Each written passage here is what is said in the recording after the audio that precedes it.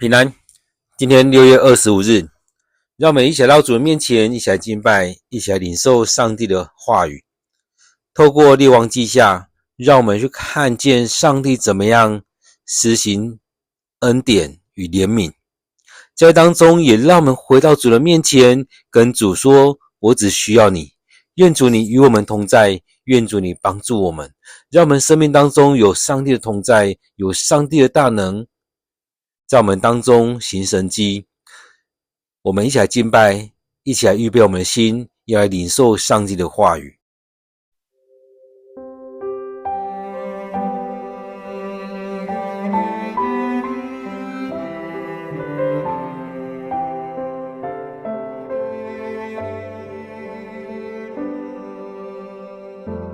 耶稣，你如此爱我，背负我的罪，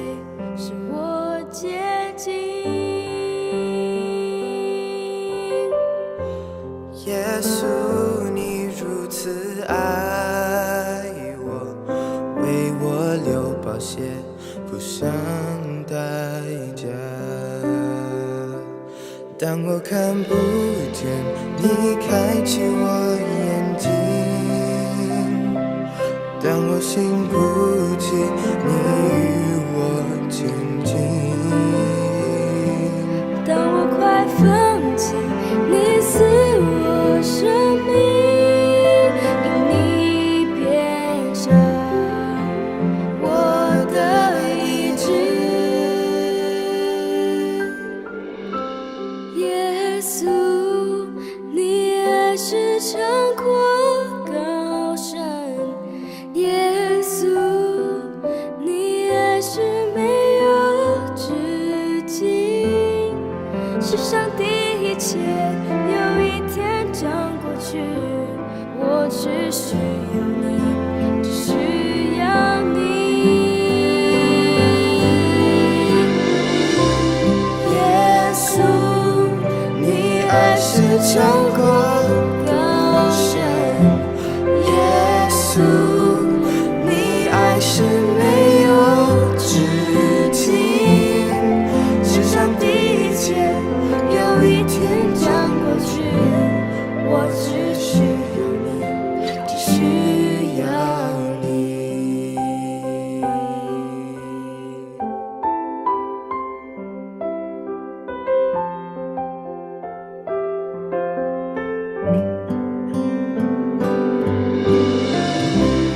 耶稣，你爱是长阔高深，耶稣，你爱是没有止境。世上的一切有一天将过去，我只需要你，只需要你。耶稣，你爱是长阔高深，耶稣，你爱是没有止境。世上的一切有一天将过去，我只需要你，只需要你。耶稣，你爱是长阔高深。耶稣，你爱是没有止境。世上的一切有一天将过去，我只需要你，只需要你。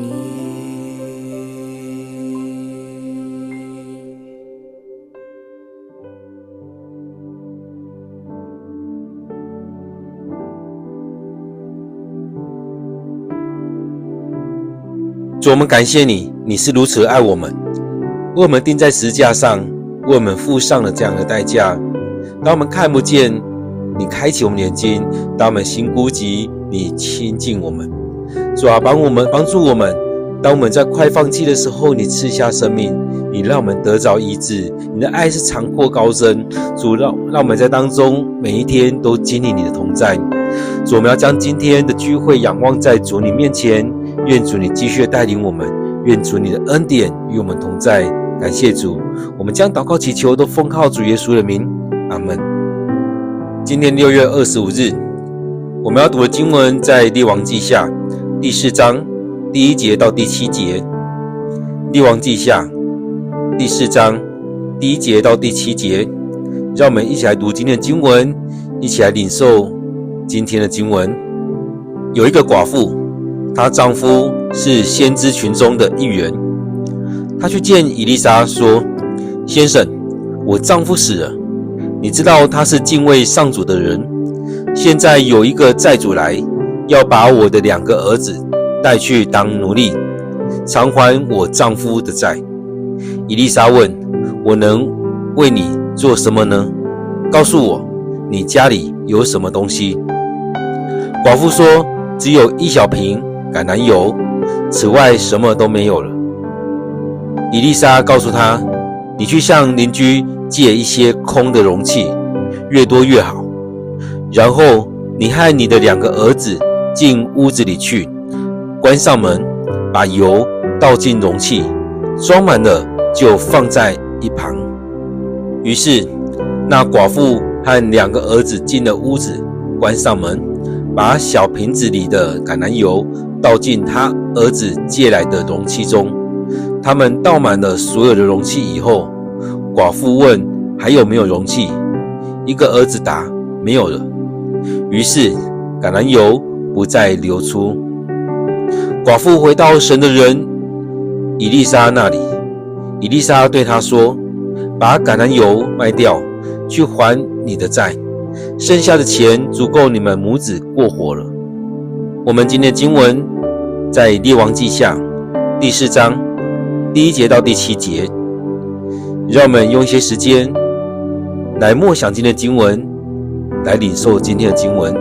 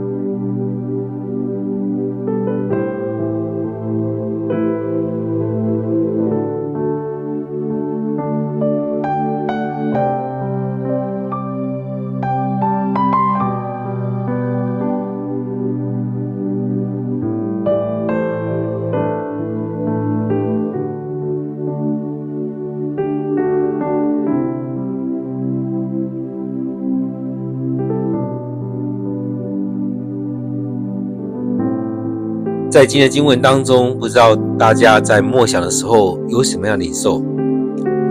在这样的经文里面，他们是有缺乏的，但是我们看到上帝供应这个寡妇他们家里的需要。在当中我们看到这样的事情在展现的时候，需要以利沙是顺服上帝的，也看到这个寡妇跟她的2个儿子需要顺服上主，不然的话这样的神迹可能就没有。因此我们来看今天的经文，来思想今天的经文他怎么说。这边讲到有一个寡妇，也就是她的丈夫已经过世了，所以讲到说她的丈夫是先知群中的一员。所以在这里面，当她去找以利亚的时候，其实也在讲说，我丈夫你是知道的，也就是那其中的一个先知。我不晓得以利沙认不认识这个人的丈夫，但这当中也在呈现的是，她知道他是敬畏上主的人，所以在当中也期待这个寡妇也期待上帝来帮助他们，所以她去见以利沙，期待上主来帮助。所以可能在他们家庭里面也经历过许多的神迹奇事，或者说这丈夫也讲了很多很神奇的事情，或者是也谈论了许多以利沙的服事，上帝怎么样透过他来行这样的拯救，行这样的大能。因此在这许多事情当中，这个寡妇是知道了，知道以利沙，知道他的能力，所以来求他来帮助。所以他讲到说他的困难，很多时候我们会觉得这样的困难我们也不知道怎么处理。但是当我们在服事的时候，是不是我们也来学习，在这样的神迹奇事要临到我们教会的时候，我们是不是也要来他当中去渴慕上帝的大能临到在我们身上，临在我们当中。所以这边讲到说我丈夫死了，你知道他是敬畏上帝的人，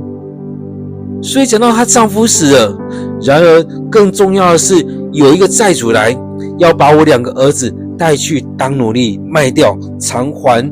我丈夫的债。所以当中不知道他欠的是以色列人的钱，还是欠外邦人的钱，但是这样的事情在发生。所以在当中也看到这个寡妇她丈夫死去了，所以她没有依靠了，她也没有办法去继承这些。这2个儿子可能年纪还小，所以她也没有办法去继承她的家业。因此当这丈夫死了，这2个儿子被带去当奴隶，那这个寡妇她所有的依靠也都没了。或许这2个儿子被带去之后可以偿还这些债，但是她所有的连债务也都没了，所以她的依靠没了，她的希望也没了，她的所有一切都没了。我想当我们这样子的时候，会不会很没有安全感？会不会很担心？会不会很害怕？我想这寡妇也是面对到这样的问题。当以利沙听到这样的事情的时候，他不是很快的就说你该怎么做，你该怎么做。有没有发现我们的生命，我们常常是这样子，不管我们在什么样的职分，我们听到一些事情的时候，我们常常很快的说你就是要这样做，你就是要那样做。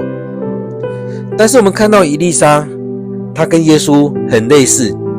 他讲到说我能为你做什么。耶稣问说我能为你做什么，或者是问说你要我为你做什么。所以当中在讲的是我能为你做什么。其实很多时候当我们在帮助人的时候，是需要那个人讲出来。也就像是当我们很多时候说我们还没开口祷告，上帝已经知道了，那我们要开口祷告吗？需要。上帝要你讲出来，需要让你向上帝祷告。所以很多时候当我们没有讲就已经帮你做好，你会觉得理所当然。就像很多家庭一样，孩子还没开口，父母就预备好了，久而久之孩子觉得理所当然，没有预备好，反而会回来骂爸妈为什么是这样子。因此在这里在讲的是我能为你做什么，告诉我你家里有什么东西。所以你们缺钱的时候，你们欠人家钱，那你告诉我我要该怎么做。所以很多时候我们说我能为你怎么做的时候，有时候有些人想不出来，但是当中也缩小一点，再问说，告诉我你家里有什么东西，所以也让他有一些想法，知道怎么样去帮助他。而寡妇说只有一小瓶橄榄油，此外什么都没有了。哇，他们家不就是像我们在讲家徒四壁吗？可以说几乎什么都没有了，只剩下一小瓶的橄榄油。所以这家庭这穷到一个状态，真的也没有办法去还债了。所以穷到一个程度，她的丈夫才需要去跟人家借钱来过生活。其实有时候也会看到很多的牧者家庭也是一样，在服事当中，那些收入其实不多的，而这样生活怎么过生活？我也听到很多牧者在讲到说，他们的生活支出所支出的，包含他们谢礼，也包含他们的过去的存款。所以当中有可能这个先知家庭里面也是一样，他们赔上了所有的，他们或许有一些收入，但是已经入不敷出了，所以也只能去借。所以这样的家庭当中，其实在今天的经文也看到上帝特别恩待他们，但是需要你讲出来你的需要。所以当他们说我们只剩下一小瓶的橄榄油的时候，以利沙就告诉他们，那接下来该怎么处理。所以让他们知道该怎么做，有时候我们也是需要让人家知道该怎么做，该怎么做可以来改善你的生命，改善你的生活，可以有更实际的。其实很多时候我们都听不进去，我们只想要去想那些某些东西而已。就像我也曾经跟一个年轻人说，你要改善你的生活，从你的穿着，从你的房间来整理。你把你的房间整理好了，把你的穿着整理干净了，其实你的感觉就不一样，你的生活也开始在改变。所以这当中我们看到以利沙跟他说，你去向邻居借一些空的容器，越多越好。其实我们有没有看到，其实当我们很多状况的时候，上帝要你参与在中间，要你参与进来，而不是只等着拿到这些好处而已。很多人是这样子，想要参与在当中的时候，其实他想要的就是拿到那一些。在昨天的经文我们也分享到，当这3个王以及他们的军队原本要去攻打摩押的，但是他们在这当中走了7天，他们所带的粮食，他们的水已经缺乏。在那时候以利沙跟他们说，你们到处去挖沟，你们去挖沟，在当中也不是要让他们不劳而获，而是要让他们参与在这里面。所以昨天有讲到说，其实有好几个地方都有这样的例子，你要不要参与在当中，你要不要尽所能的去做。昨天讲到说挖沟，让他们尽他们所能的去挖沟，这边讲到说你们要他们尽所能的去接一些空的容器。之后也有当他要死之前跟王说，你要尽可能的去射出你的箭。或许他没有讲到这样子，他是这样期待，但是我们看到这些人怎么做，我不知道这2个孩子，这个寡妇他们有没有尽他们所能的去借，但他们也借了许多容器来。所以在当中其实他讲越多越好，也就是在讲尽你们所能的，尽量的去借，甚至超过你们所能借的。不要一直觉得很丢脸，不要一直觉得很难，而是要尽你所能的去借。很多时候我们都羡慕人家有很多的恩赐，羡慕人家会做许多的事情，但是你有没有想到，你有没有愿意去认识你的职分，去知道你该怎么做？你有没有愿意摆上你的时间？甚至你有没有愿意放下你的面子？昨天有讲过这些，这边让我们看到也就是如此。你要去借这样容器，你要放下你的面子，去求人家，去拜托人家把这样的容器借给你。而且有时候人家只是随便打发你而已，他说越多越好，所以甚至把你们邻居的容器都借过来，全部都借过来，越多越好，尽你们所能的去借。不要觉得不好意思，不要觉得害羞。所以当中真的是这攸关他们生命的问题，不要觉得害羞，该做就要去做。许多时候我们就是很多理由这不好意思啊，那应该他们没有，我们也有很多预设，就觉得人家没有，就觉得人家不会借，就去拜托他们，让他们借你们。所以以利沙说越多越好。或许我们会跟这寡妇一样，会有个想法是借这些容器要做什么。所以当中我们看以利沙他说，你和你的2个儿子进屋子里去，关上门，回到你家，把门关上，不要让人家看到发生什么事情。这是上帝特别恩待你们，要赐福给你们的。所以进去关上门，把油倒进容器。你借这些可能借了非常多，而在当中也在讲到说，他们只剩下那1小瓶的橄榄油。所以跟他们交代说，你们进屋子里去，关上门，不要让人家看到，也不要去喧哗，不要去讲，你们就好好领受这样的恩典。所以说要他们把门关上，把门关上也有一件状况，就是让他们专注在这件事情里面，不会去中断。有可能在做的时候，有可能会有人经过，人家来找他们等等，别人看到也来分享他们这些，甚至在当中可能聊天之后，他们只成了一半。所以交代他们，你们借完之后，回到家里面来，把门关起来。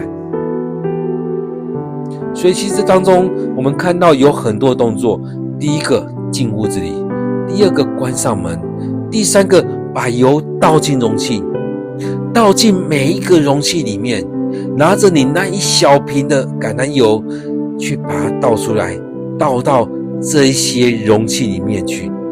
所以第3个动作是倒进去，第4个是把它拿到旁边去，拿到一边去，这样你才有办法倒进去，才有办法让每个容器都能够盛到油。不然有时候放太多，你中间就做不到了，你只能弄你旁边的人。所以在这里面讲到了4个动词，一个是进屋子里面去，第2个是关上门，第3个是倒进容器，第4个装满了之后放到一边去。所以当中也就是让他尽可能的去盛满所有的容器，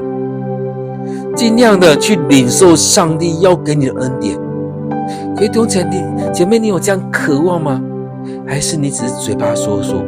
很多时候我们都只是嘴巴说说，我们的生命，我们的手脚真的没有这样去动。所以很多时候我们真的领受不到这些。在今天的经文里面很特别，让我们看到这当中包含以利沙，包含这寡妇，包含他2个儿子，他们都要愿意这样去做。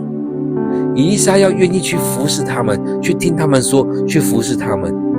这个妈妈差遣儿子出去，儿子他们要去愿意去借这些回来。有没有看到这些都是我们要去做的事情，而不是只在听，我们需要踏出去，真实的去做这些，去回应。当以利沙讲完之后，我们看到接下来这边说的是，那寡妇和2个儿子进了屋子，关上门。所以就是其实他讲完之后，他们就去借这许多容器来，他们去借完之后进到家里面，进了屋子就关上门，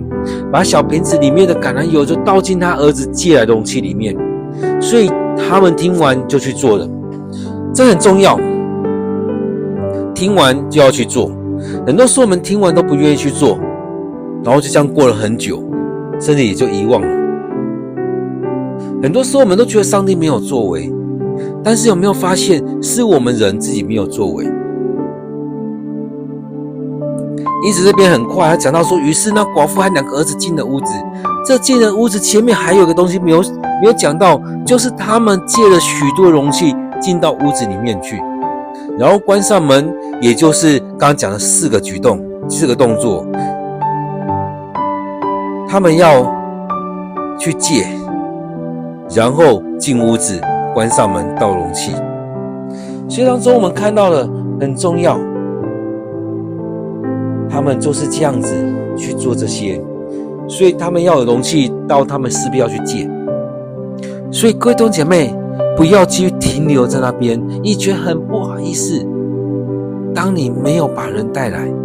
你怎么样让恩典进到他的生命里面去？你怎么样去祝福这个人，去祝福这个家庭？你让他进来，让他专注在上帝的面前，去领受上帝的恩典。所以这样的橄榄油常常也就是一种祝福，要祝福在这寡妇跟这2个儿子。而当我们把人带进来，带到上帝面前，不也就是如此，让这一小瓶的橄榄油浇灌在这当中，让进来的人都能够得着的恩典。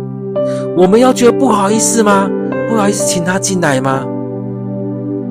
当你要去祝福他的时候，你有什么不好意思的？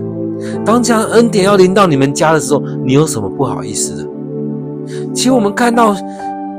新闻里面讲到那些抢夺钱的人，那些用各种形式要去赚更多钱的人，他们都不会不好意思，他们都大辣辣的，甚至你们听到你们没有反应的，那是你们的问题。你们讲出一些话来，该不好意思是你们，他们会这样觉得。所以当中我们看到，当我们要领受恩典的时候，不是在那边一直不好意思，而是大胆的去领取。上帝说了就去做。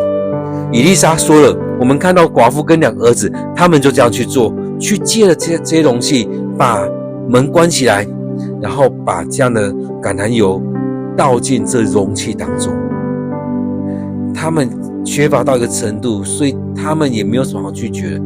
你也是不是也是一样？其实对我们来讲，我们常常也缺乏到一个程度，一直在觉得不好意思，不好意思，我怎么可以这样做？但是当你做了，你就会知道上帝要怎么恩待你，上帝怎么祝福在你的生命里面。所以当他们愿意这样去做的时候，上帝那个祝福源源不绝的祝福在这个家庭。所以当中前面跟他们讲说，越多越好，越多越好，并不是要他们贪心，而是要让他们领受更多的祝福，领受更多的祝福。所以才不会说怎么样。有没有发现我们在很多地方都一样，在我们教会，在很多其他教会也听到一样的事情，大家都很后悔，早知道怎么样，早知道已经都来不及了，唯有在那当下跟你说的时候就去做，这样才来得及，你才有办法好好的来领受这样恩典。所以他们倒满了所有容器以后，寡妇最后问说还有没有容器，那儿子说没有的时候，橄榄油就停了。你那一小瓶还是那一小瓶，甚至倒完都没了，满那些，就是这样子。所以上帝的恩典透过那一小瓶的橄榄油进到这个家庭里面，一到他说没有了就没了。各位弟兄姐妹，让这当中也让我们来看，当上帝要祝福给你这样的恩典，这样恩赐的时候，你要用什么样来承接？用小杯子吗？用手杯吗？还是你要用大脸盆？你要用大的容器来装呢？甚至有人说只能拿一个吗？我能不能像他们一样越多越好？有可能也是一样，把你所有人拿出来。但是在当中有没有看到很多人都会怀疑说，我干嘛拿那么多？就敷衍掉拿一个小杯子来，拿一个马克杯来。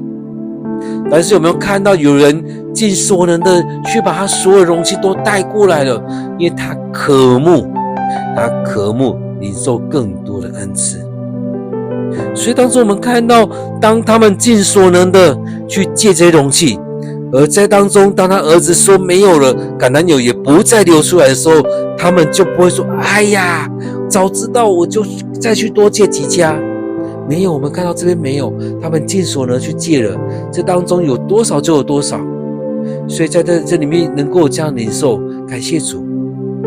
感谢主，不会说哎呀早知道。所以当他们做完之后，寡妇就回到以利沙那边去，以利沙就跟他说，这些油你可以把它处理掉，把它拿去卖掉，卖掉之后可以还你们债，卖的会有剩，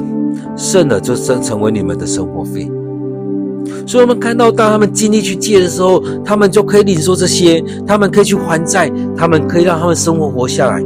如果他们没有借到那么多，可能他们可以还债，还完之后他们要去担忧接下来生活怎么过。但是我们看到这边上帝给他们恩典，是他们卖掉之后，他们还可以有剩下一些钱，有可能剩下很多，让他们生活不缺乏。这就是上帝的供应，这就是上帝的恩典，这也就是上帝的大能。各位弟兄姐妹，在我们的生命当中，我们好像常常会遇见一些缺乏的过程，缺乏钱，缺乏时间，缺乏能力，缺乏智慧，我们缺乏了很多。但是你愿不愿意回到上帝面前来领受这一些，看上帝要怎么样来带领，回到上帝面前，交在上帝的面前，不再是依靠自己。当上帝要你去做的时候，是不是愿意就这样去做？许多时候我们听到的时候，我们都没有去回应，没有行动来回应。但是当中我们看到这个寡妇跟她的2个孩子，这个寡妇第一个举动是先去找以利沙，而以利沙交代的时候，他们也去这样去做，做完之后回来向以利沙做回报。我们需要这样子求告上主，去找上帝的仆人，然后呢，上帝交代你去做的时候，你就该去做，做完之后回来回报。所以当中不是贪心，是上帝要更大的恩典祝福在这个寡妇跟她的家庭当中。很多时候可能会埋怨，为什么我的先生这么尽责的在你的国度里面这样死了，那他没有。他讲的是我生命遇到这样的困难，我无法去面对，该怎么处理。我们看到当他去找以利沙的帮助的时候，上帝透过这当中去帮助他们，去祝福他们。各位弟兄姐妹，在经文当中你领受到了什么？期待这当中这样的经文所带来的，让我们能够领受这样恩典。所以在当中讲到他们有行动，他们回到家里面来，去把东西借来，回到家里面来把门关着，然后去注满了这些容器，接着把这些容器开始移到旁边去，装满了移到旁边去，让那一些还没装满的继续装。所以我们看到这些，也看到上帝将祝福透过这一小瓶的橄榄油祝福在当中。所以让我们看到，我们要让这样祝福去临到更多的人，让更多人进到教会里面来，去领受这样恩典，领受这样的祝福。接下来我们要有一段时间，让我们回到上帝面前来思想今天的经文，来默想今天的经文，让上帝的话语进到你的里面，去看到我们怎么回应上帝，甚至我们怎么样来领受上帝的恩典，上帝的大能。让我们有点时间来默想今天的经文。